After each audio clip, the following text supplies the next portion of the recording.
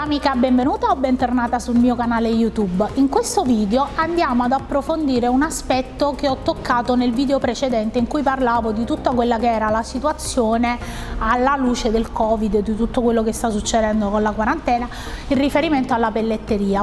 Affrontati i problemi, in questo video approfondiamo gli aspetti e i risvolti negativi che ci saranno dopo queste chiusure obbligate per questioni di salute, giustamente, insomma, dobbiamo continuare a tutelarci, ma vediamo un po' quali sono le prospettive e purtroppo le cose nefaste che ci aspettano. Ne parliamo subito dopo la sigla e ovviamente cercherò di dare anche le mie piccole soluzioni aspettando le tue nei commenti. Sigla!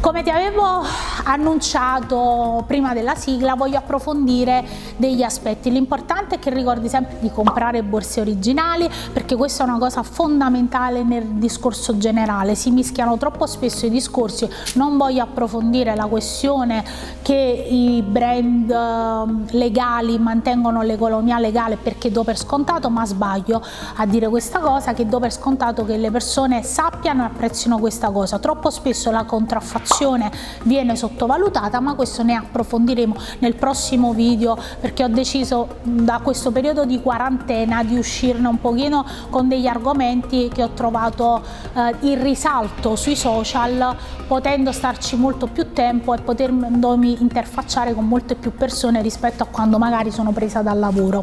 Quindi, tornando, quali sono i risvolti nefasti che purtroppo ci aspettano, e cerco di dare anche dei miei piccoli suggerimenti nella speranza che mi ascoltino. Diciamo, mi ascoltano mai, però vabbè. Fondamentalmente l'importante è che mi ascoltate voi e avete la pazienza, che significa pazienza, di ascoltarmi. Rido perché paradossalmente io ho relativamente pochi iscritti, pagine, cioè circa 20.000 iscritti alla pagina, moltissimi contatti su LinkedIn, più di 2.000 iscritti qui su YouTube, insomma con i numeri sono micro seguita. Poi mi rendo conto che invece molte persone mi seguono, infatti ho tanti post e tante cose, li condivido anche per rendermi conto di chi segue cosa, a chi interessa cosa, eccetera eccetera. E questa cosa poi col tempo è diventato un ottimo strumento, perché mi sono resa conto che c'è tanta gente che mi segue e non si espone. Molte delle persone che mi seguono sono persone che non sono d'accordo con me, e ci sta. Il problema è che tante di queste persone, non tutte, perché fondamentalmente ho la fortuna anche di avere persone che hanno, come dire, gli attributi per esporsi e dirmi guarda che io non la penso come te, non dicono questa cosa, si nascondono, condividono i video e magari poi ne parlano in privato, dice guarda quella cretina che continua a parlare così, però questa cosa fa andare avanti il mio messaggio, e quindi questo mi aiuta ad arrivare pure a persone a cui non sarei arrivata tanto. Questo voglio ringraziare, insomma, le persone che mi denigrano o mi, insomma, fanno veicolare un po' le grazie mille di cuore, soprattutto che vedrete questo video vi sconvolgerete che ho molti seguaci anche grazie a voi. E detto questo, diciamo, non avrete un euro per questa cosa, perché ovviamente, insomma, già il tempo che mi dedicate per dire che dico cretinate è una cosa, insomma, dovrebbe farvi pensare, e quindi non dovrei essere io a farvelo notare. Detto questo, il dato più eclatante è che spesso si sottovaluta che le persone sappiano. Cioè, noi soprattutto del settore abbiamo un difetto enorme, che noi pensiamo che chi compra il prodotto sappia tutto, sappia dove si fanno le borse, sappia che esiste chi si fa le borse, sappia che i brand del lusso producono in Italia. Tutti molto spesso sono convinti io mi compro la borsa di 2.000 euro e Chanel la fa in Cina. Non è vero, non è vero, fa in Italia, in Francia. Però c'è questa, come dire, come se fossero delle favole tramandate che poi sono peggiorate. A Napoli ci sta una scena di un film bellissimo che invito a guardare, che Così parlò Bella Vista, dove c'è una scena dove un signore parla del cavalluccio rosso. Quindi metto lo spezzone e poi torniamo dopo il cavalluccio rosso. Dottore, scusate, ma che è successo? Che è successo? Dunque, io tengo un nipote che si chiama Geppino, figlio di mia sorella separata che è stata sportata. No, l'avrei ucciso. Scusate, ma che è successo? Che è successo? Dunque, io tengo un nipote Scusate, ma che è successo? Che è successo?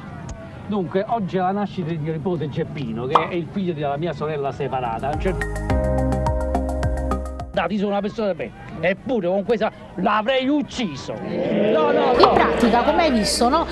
C'è questo signore che racconta la prima volta una cosa e viene raccontata in un modo, poi viene raccontata la seconda volta che ci sono dei pezzi aggiunti, a volte di fantasia e dati per, come dire, enfatizzare quello che uno vuole dire. Quindi che cosa voglio dire con questo? Che se una trasmissione giornalistica fa scandali e deve trovare la notizia, trova l'artigiano nel sottoscala, lo racconta, gli carica tantissimo sopra a livello di empatia. Tutti i brand sono cattivi, tutti i brand fanno produrre, magari a quello è uno di 10 artigiani rispetto a 1000 legali degli illegali, perché purtroppo, ragazze care, cioè succede in qualsiasi filiera, per quanto può essere controllato, che ci sia il furbetto di turno. Succede nella politica, succede in qualsiasi ambito, ci sono questi luoghi comuni che si tramandano. Quindi nella pelletteria che succede? Come cavalluccio rosso, quindi ci sta sta cosa che le borse si fanno a 20 euro e solo questo esiste, poi nessuno si è andato a informare del resto, fa bene solo quella cosa lì. Tutto questo per dire che quello che ci aspetta è proprio una narrativa enfatizzata e sbagliata di questo periodo, dove si perderanno tantissimi posti di lavoro. Il problema è che se io dico hanno chiuso 10 fabbriche, a quante persone c'avevano queste 10 fabbriche? 100 persone, ok, hanno perso il lavoro 1000 persone, ha un senso. Se io dico si perderanno posti di lavoro, è un termine indefinito, e quindi, poiché nella pelletteria, come ti ho detto nell'altro video, non esiste una certificazione di filiera, non esiste come dire, un tracciamento di tutti i gruppi che in Italia producono borse, scarpe, cinture, portafogli per x mila brand, non esiste un'anagrafica precisa delle aziende attive, di quelle cessate, di quelle che si sono trasformate, non esiste. Questa cosa dà dei numeri, allora diremo si è perso, si sono chiuse molte aziende di pelletteria che facevano valigie, borse, portafogli, cinture, si sono chiuse queste fabbriche. Perché? Perché ovviamente i brand che hanno dei rigidi protocolli di controllo e tutto il resto sono soggetti anche ai subappalti e quindi a tutta una normativa che in Italia funziona benissimo. Peccato che in un periodo come questo, se tu vuoi tagliare i gruppi, è abbastanza semplice, non hai una rappresentanza di categoria dei terzisti, quindi nessuno sa che esistiamo se non varie organizzazioni, nessuno ci rappresenta veramente, non abbiamo potere contrattuale e per di più, non avendo un tracciamento, nessuno potrà dire i brand hanno tagliato 50 gruppi e di cui 30 a Napoli, 20 nelle Marche o 10 nelle Marche e 10 in Toscana, nessuno saprà niente, tutto così. Se succedesse ad esempio questa cosa, trasportiamola a un settore molto conosciuto, no? Tipo la metalmeccanica, l'acciaio, noi quasi, ognuno di noi sa l'Ilva, la Fiat, chi fa componentistica per la casa automobilistica X e Y, che è una cosa assurda rispetto a quello che dovrebbe essere proprio il motore trainante del Made in Italy, che sono appunto la pelletteria, la calzatura, la moda in sé, non abbia così appeal informativo da parte tua o di tanti altri, e che quindi venga lasciato un po' a se stesso. Anche la politica, nessuno ci fa politica, invece ci sarebbero tanti voti, cioè nessuno ci fa politica, è un parolone, perché molti voti politici arrivano da questo settore, però nessuno ci fa brand politico.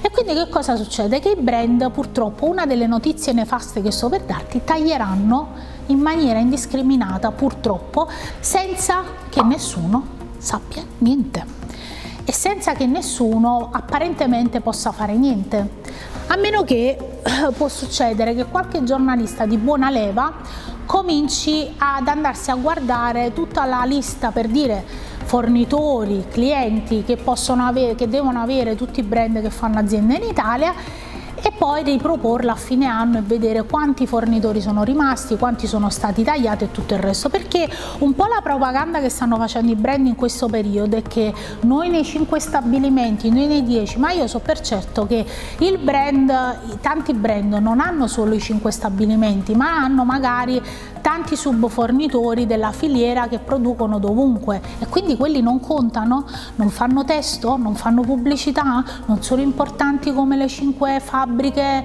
di proprietà del brand.